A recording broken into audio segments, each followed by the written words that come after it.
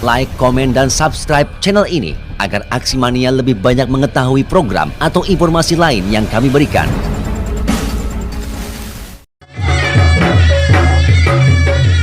Pencaksilat adalah suatu bela diri tradisional Indonesia yang memperhatikan seni keindahan gerakan dalam setiap jurusnya.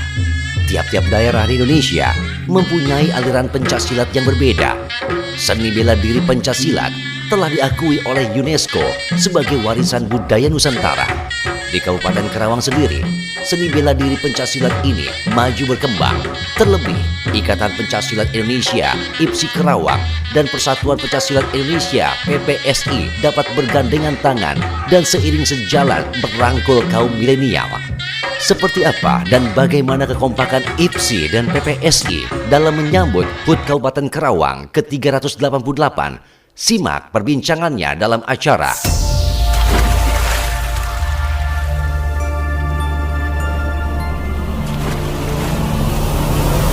di telinga, dekat di hati. Aksi Mania, kembali lagi bersama saya Muhammad Azmi di Aksi Radio Channel. Dan kita akan berbincang-bincang dengan narasumber yang sudah hadir di studio. Sebelumnya saya mau mengingatkan bagi Anda para penikmat musik bisa akses musik-musik terbaik yang kami suguhkan untuk Anda di aksiradio.com, atau kalau mau mendengarkan lewat gelombang bisa di 96,10 FM. Dan juga saya mau mengingatkan, jangan lupa untuk like, comment, share, dan subscribe channel aksiradio.com. Langsung saja kita sapa narasumber kita kali ini. Ada jawara-jawara pencaksilat. Kita perkenalkan dulu satu-satu. Ini ada Pak Haji Suryana dari PPSI. Yang mana? Oh, yang paling muda. Insyaallah bukan muda. Selalu muda ya Pak ya. Dan yang kedua ada Mas Doni dari IPSI. Mas dari Jawa, Mas? Iya. Kenal Mas ini soalnya. Terus ada juga Bapak Haji Ardawi. Amin. Betul ya? Ardawi. Oh, Ardawi. Belum lagi. Doakan saja lah. Mudah-mudahan ya. Biasanya yang nggak sengaja itu yang dijabah doanya. Mudah-mudahan. Ada Pak Ardawi, Magister Pendidikan ya. Ini kita juga kenapa harus ada magister pendidikan di dunia pencaksilat. Nanti kita bahas ya dengan Pak Ardawi. Nah, ngomong-ngomong soal pencaksilat, bela diri itu kan banyak ya macam-macamnya. Nah, tapi yang setahu saya yang lagi happening banget nih di beberapa tahun kebelakang ini, karena baru juga diakui oleh UNESCO sebagai kesenian warisan dunia ya, warisan dunia. Nah, pencaksilat itu apa sih? Maksudnya kan gambaran atau bayangan orang kan pencaksilat itu ya ilmu bela diri lah ya. Terus apalagi kalau sekarang kan ada juga yang mengarahkannya ke hal-hal yang aneh juga ya, bela diri kadang-kadang ya sedikit nyerempet-nyerempet ke ilmu hitam dan lain sebagainya ya kan. Nah, mungkin dari Pak Haji Suryana dulu, karena harus sesepuh dulu yang ngomong biar afdol. Assalamualaikum warahmatullahi wabarakatuh. Saya Suryana ya, kebetulan saya ini salah satu pengurus di Persatuan Pencaksilat seluruh Indonesia Kabupaten Karawang. Memang kami mewadahi seluruh perguruan pencaksilat yang ada di Kabupaten Karawang. Nah, kalau tadi kami mengatakan apa itu pencaksilat, ya pencaksilat itu memang bagian dari salah satu kegiatan masyarakat dalam olah fisik, olah jiwa, olah pikir, dan macam-macam sampai pada teknik yang lebih utama adalah memang untuk membela diri ya. Bagaimana kita memerangi pertama hawa nafsu kita. Yang kedua juga bagaimana kita supaya tidak cedera lah, tidak luka, bahkan tidak melukai orang lain. Nah, itu salah satunya. Dan saat ini memang pencaksilat kenapa harus kita budayakan, apalagi lestarikan, ya, khususnya di Karawang. Ini adalah memang ruhnya bangsa kita. Kita nggak lepas dari pencaksilat dan pencaksilat itu sendiri terlahir dari orang kampungan. Padahal ini lahir dari pendekar-pendekar yang notabene mereka adalah pejuang. Ya. Dan buktinya UNESCO sampai ya betul mengesahkan sebagai warisan dunia. Ya, kita harus bangga lah ya. Betul, sudah di Asian Games kemarin pun ada ya, kalau nggak salah cabangnya ya. Berarti memang sudah diakui secara di dunia internasional. Nah, berarti memang poin dari Pencaksilat itu membela diri tanpa melukai orang lain itu ya. Kalau membela diri saling melukai mah anak STM juga lebih jago ya. Tapi poinnya itu membela diri tanpa melukai orang lain sebisanya, semaksimal mungkin. Nah, ngomong-ngomong ini kan ada IPSI, ada PPSI juga ya, Mas Doni ya. Nah, bedanya apa sih IPSI sama PPSI? Ya, terima kasih sebelumnya. Perkenalkan, nama saya Doni Sugiantoro. Saat ini diamanahkan menjadi sekretaris umum ya, pengurus Kabupaten Ikatan Pencaksilat Indonesia atau PKPUSI Kabupaten Karawang, yang mana untuk ketua umumnya juga kebetulan Pak Acep Jamburi, masih satu atau sama lah dengan mungkin PPSI juga dengan ketua umum yang sama. Dan saya ini belum mencapai menjadi sekda dan Karawang. Dan sebelumnya juga kami mengucapkan insan pesilat ya, dalam rangka mungkin ulang tahun Karawang ya, kami mengucapkan menyampaikan Ibu Jenangkala ya, Kabupaten Karawang yang ke 388. Saya rasa saya Gibiri Karawang Sehat secara tagline. Nah, mungkin itu sebagai pengantar mengawali ya talk show kita kali ini. Kita kembali lagi tadi ke mungkin pertanyaan dari Kang Azmi, mohon maaf Kang Azmi OMC ya. Jadi perbedaan secara mendasar yang paling simpel ya. Kalau IPSI itu cenderung fokus ke prestasi. Jadi mungkin kejuaraan-kejuaraan yang sifatnya tanding dan pertandingan dari tingkat kabupaten sampai tingkat juara dunia tadi. Kalau PPSI itu lebih cenderung ke seni. Jadi ke tradisionalnya lah, lebih keasliannya. Buhun lah mungkin bahasa Sundanya kan ke buhunnya. Itu secara prinsip mungkin itu yang membedakan ya sama antara PPSI dan IPSI berarti seperti ini. Tapi pada prinsipnya itu menjadi satu kesatuan atau terpisah? Memang secara organisasi, secara historis ya, pada awalnya memang PPSI ini yang memulai dengan nama Perhimpunan Pesilat ya, Indonesia di khususnya di Jawa Barat pada tahun 1922. Nah, kemudian di tahun 1947 di tempat yang berbeda di Jogja, para pendekar silat juga mencoba untuk menghimpun para pesilat dalam satu wadah ya, di IPSI. Nah, kemudian dikukuhkan secara nasional pada tahun 1948 IPSI itu lahir. Nah, di antaranya IPSI itu sendiri ada background historis, ada 10. Salah satunya PPSI tadi. Jadi PPSI memang tidak bisa dipisahkan sebenarnya dari IPSI karena memang menjadi embrio atau perkumpulan yang melahirkan IPSI itu sendiri. Itu mungkin secara sekilas historisnya. Jadi memang nggak bisa dipisahkan lah. Betul. Nah, karena memang bagaimanapun walaupun pencaksilat itu kesenian tradisional, tapi hari ini juga berupaya untuk terus mengikuti perkembangan zaman ya. Ada seni-seni yang coba dimasukkan, gitu. Walaupun keasliannya itu tetap dijaga oleh PPSI ya. Nah, terus kemudian ngomong-ngomong soal pencaksilat yang hari ini sudah mendunia, sudah diakui dunia internasional, otomatis kan harus juga mengikuti perkembangan zaman. Nah, dalam konteks dunia pendidikan, saya mau tanya sekarang ke Pak Ardawi. Iya. Gimana cara dunia pendidikan untuk mengikuti keberadaan pencaksilat ini sebagai warisan dunia? Sebenarnya begini. Jadi kalau kita berbicara tentang pencaksilat, fokus pemerintah untuk mengembangkan pencaksilat memang sudah begitu luar biasa.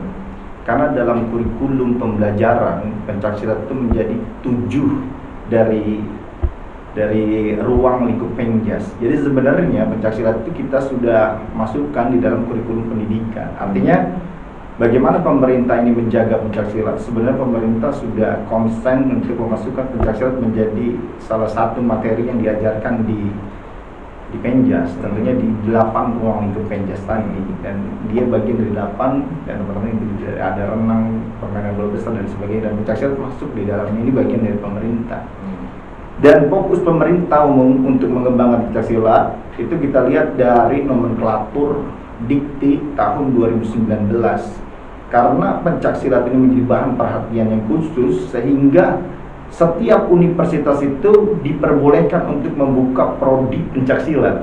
Oh, ada prodinya sekarang? Sekarang di 2019 itu sudah terbuka nomenklaturnya, cuma tinggal kita eksekusi, bisa jadi itu prodi pencaksilat. Nah itu 2019. Memang hari ini kesulitan kita begini, ketika pencaksilat menjadi warisan tak benda asli Indonesia, kita insan pencaksilat terus mendorong pemerintah agar pencaksilat ini, kalau tadi menjadi 7 bagian ruang lingkup Penjas, bagian dari Penjas, kita ingin sebenarnya mendorong pemerintah pencaksilat ini menjadi mapel mata pelajaran, sehingga ketika ada mata pelajaran pencaksilat di dunia pendidikan, sehingga prodi-prodi ini ketika lulusan prodi ini ketika dia keluar, dia punya wadah untuk menggunakan kemampuannya, begitu Bang Azmi. Sebenarnya pemerintah itu konsen sejak lama, cuma saya juga berharap dan saya pengen fokus kepada akademisi pencaksilat, kita berkolaborasi dengan pemerintah agar bisa terlaksana itu mata pelajaran pencaksilat di satuan pendidikan. Karena sayang juga ya nanti banyak sarjana pencaksilat bingung juga mau kerjanya di mana. Nah, sebenarnya ini udah di Pak Ridwan Kamil ini, salah satu gubernur Jawa Barat, memang dia punya program ingin menjadikan pencaksilat menjadi mata pelajaran. Makanya mudah-mudahan Pak Ridwan Kamil ini bisa konsisten mewujudkan mimpi beliau agar pencaksilat juga ini bisa menjadi mata pelajaran. Bukan mimpi beliau saja, mimpi kita semua sebenarnya menjadi insan pencaksilat. Jadi sebetulnya kalau pencaksilat ini menjadi mata pelajaran di dunia pendidikan, wacana-wacana wajib militer nggak perlu lagi ada itu. Boleh siap taruhnya.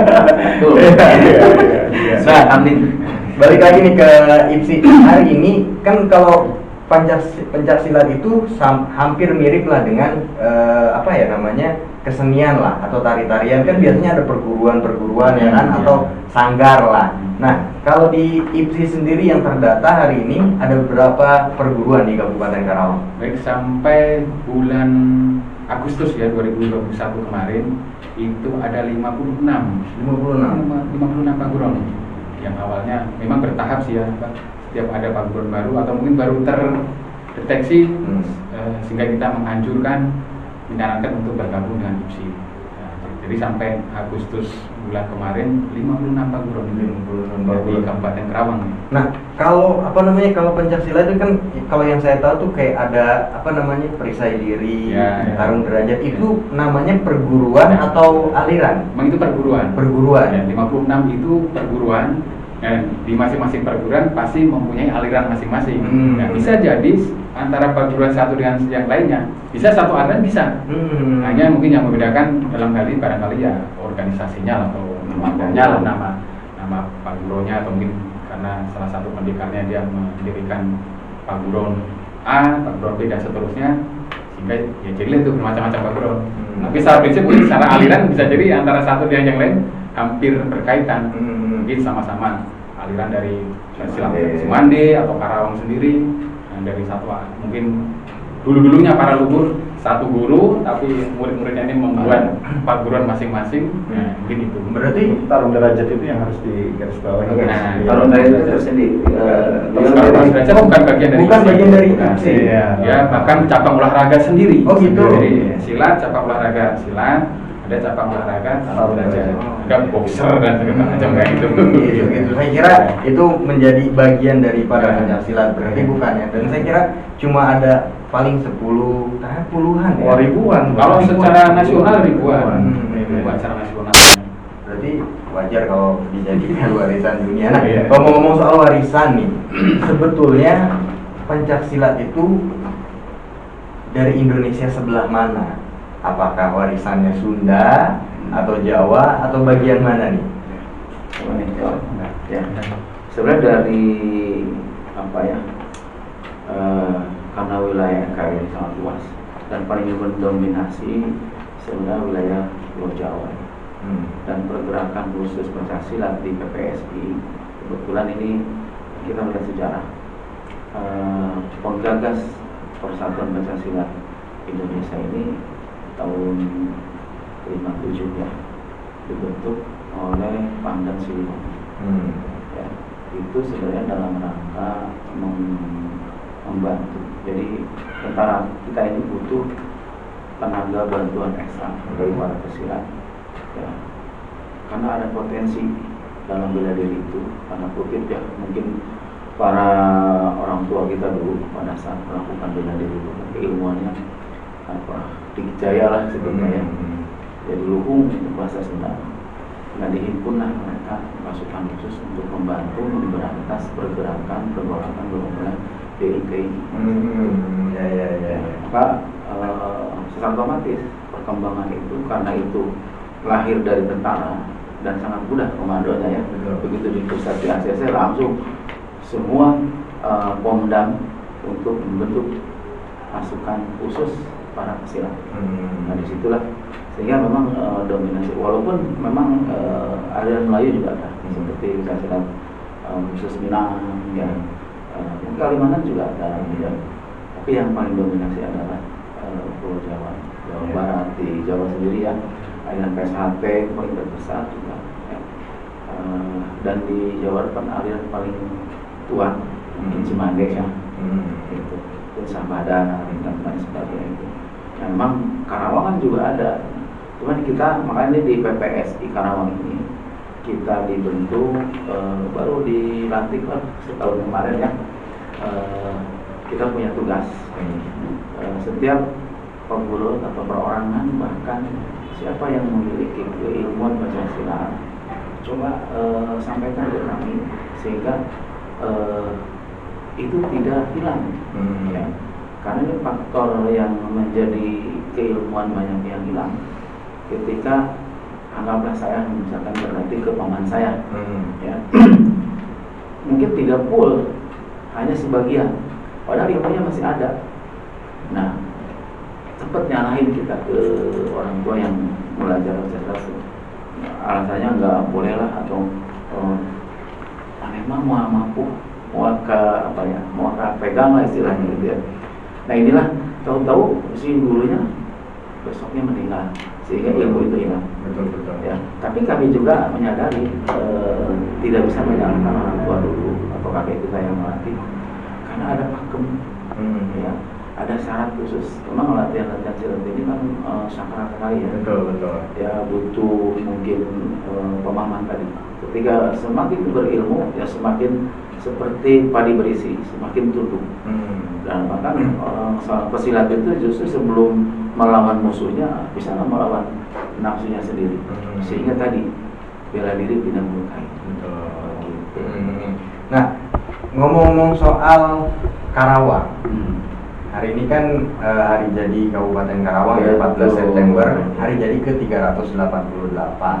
Nah, karena Karawang juga punya pakem tersendiri di dunia pencaksilat, ada nggak upaya untuk ikut memeriahkan hari jadi Karawang ke-388? Mungkin bisa bantu dijawab Mas Doni? Oh iya, Insya Allah kami sudah melakukan ya dan rencana ke depan, tapi mulai dari sekarang sudah persiapan untuk besok hari ulang tahun Karawang. Kami secara serentak 56 paguron ini yang aktif untuk ikut serta memeriahkan ulang tahun Karawang dengan kita tasyakuran bentuknya, mungkin doa bersama dengan mungkin ada ya nasi tumpeng begitu.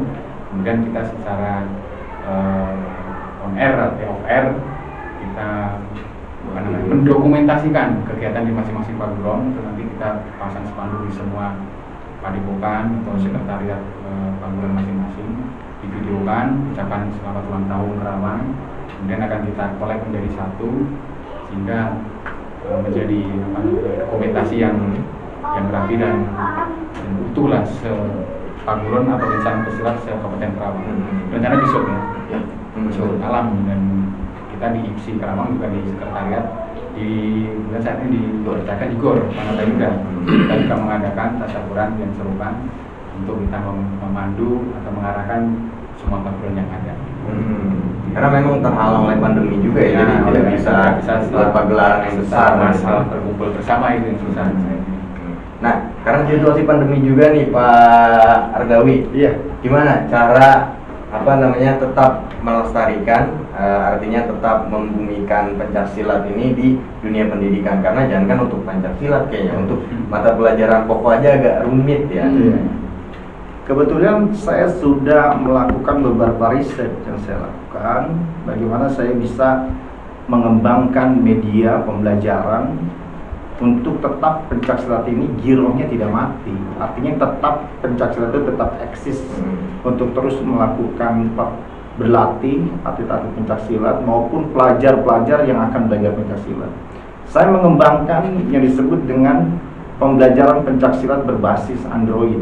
Nah, itu sudah ada. Jadi teman-teman kalau mau belajar pencaksilat, teman-teman bisa menggunakan handphone teman-teman, terus lihat di Play Store itu cari itu TWA pembelajaran pencaksilat. TWA itu kebetulan saya ambil dari nama saya, Training with Arda. Jadi tinggal klik, di situ sudah ada petunjuk bagaimana proses pembelajaran pencaksilat dari mulai teknik tendangan, teknik pukulan, sampai jurus tunggal, sampai dari tangan kosong, sampai golok, sampai toya, semuanya ada di situ. Artinya bagaimana tidak berkerumun tapi proses pembelajaran kita tetap terjadi. Bahkan saya tahun ini akan mengembangkan riset dengan bagaimana pengembangan media pembelajaran pencaksilat tapi berbasis robot.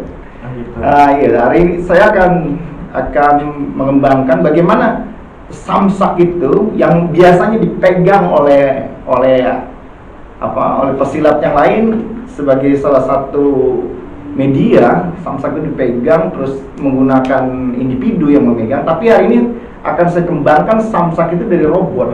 Jadi robot yang bisa menggerakkan samsak itu ke kiri, ke kanan, ke depan, dan bisa diatur waktunya kapan dia berputar sehingga dia bisa melompat atau menunduk. Nah, itu sebagai salah satu media pengembangan pencaksilat berbasis robot engineering gitu. Artinya hari ini tahun ini saya akan garap.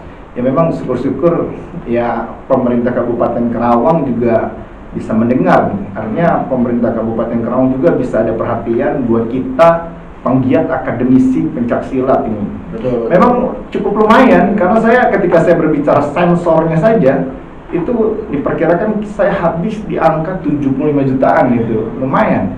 Artinya barangkali mungkin ada konsumsi gitu dari segala macam. Mungkin ada teman-teman yang ingin memproduksi secara massal, ya barangkali bisa bekerja sama dengan saya untuk mengembangkan. Dan memang harus pencaksilat itu harus bukan hanya dilestarikan, tapi dikembangkan menjadi lebih modern lagi. Nah, tadi seperti yang Mas Doni bilang kan dari yang terdaftar itu 56 paguron, tapi diyakini masih banyak paguron-paguron lain yang belum terdaftar. Dan harusnya terdaftar ya biar ya lebih bisa tertata rapi, terus juga lebih bisa dimaksimalkan lagi potensinya, lebih dikembangkan. Caranya gimana sih kalau misalkan ada paguron-paguron biasanya kan, mohon maaf, yang di di pelosok-pelosok ya kan, itu betul-betul menjaga keaslian tradisional, jadi nggak terpikir untuk terdaftar seperti itu. Baik, memang pertama kita memanfaatkan teknologi ya, kecanggihan teknologi dan perkembangan zaman. Tentunya kita mengadakan sosialisasi terutama online dulu untuk menargetkan yang kelompok milenial nih kan. Mungkin melalui medsos kita, kebetulan Kang Ocim selaku Humas IPSI sudah membuatkan medsos Instagram, kemudian Facebook, dan grup-grup WA untuk mempublikasikan nih kegiatan-kegiatan IPSI. Nah, selain media online, ya kita pengen menyasar juga mungkin yang tadi kaitannya yang di pelosok-pelosok. Nah, kita sudah ada program untuk nanti akan turun sampai ke tingkat kecamatan dan bahkan desa. Nah, di situ kita akan mensurvei atau mungkin ya kita mencari potensi-potensi paguron yang belum terdaftar tadi untuk bisa kita ajak bergabung dalam wadah IPSI maupun PPSI. sehingga lebih itu tadi lebih optimal dan terkoordinir ya secara rapi. Betul. Nah, artinya memang betapa pentingnya pencaksilat hari ini ya bagi masyarakat di seluruh Indonesia sebetulnya ya. Karena memang ya itu yang kita banggakan sekali pastinya karena warisan yang diakui oleh dunia gitu kan.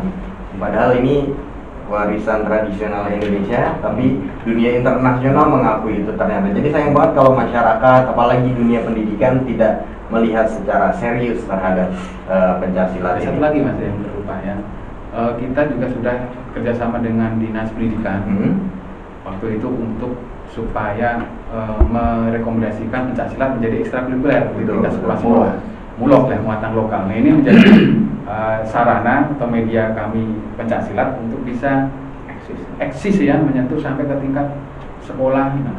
Nah kemungkinan kan kalau sekolah itu bisa sampai tiap pelosok desa kan ada sekolah-sekolah. Nah di sana barangkali memperkenalkan pelajaran atau ekstrakurikuler pencaksilat, nah, sehingga kita bisa masuk tuh ke pendidikan. Nah, barangkali dari situ kan mungkin paguran-paguran yang tadinya mungkin tidak aktif mengetahui ini ada silat yang dibina oleh IPSI, mungkin ada ketertarikan ya untuk bisa bergabung ke IPSI maupun PPSI. Betul. Jadi kalau misalnya pencaksilat ini masuk ke sekolah-sekolah, akhirnya mendorong paguron-paguron untuk lebih optimal lagi ya, sehingga nanti siswa atau apa nih kalau di paguron itu namanya? Ya, siswa paguron itu kan bisa ikut membantu di sekolah-sekolah untuk pendidikan ya, untuk pelatihannya.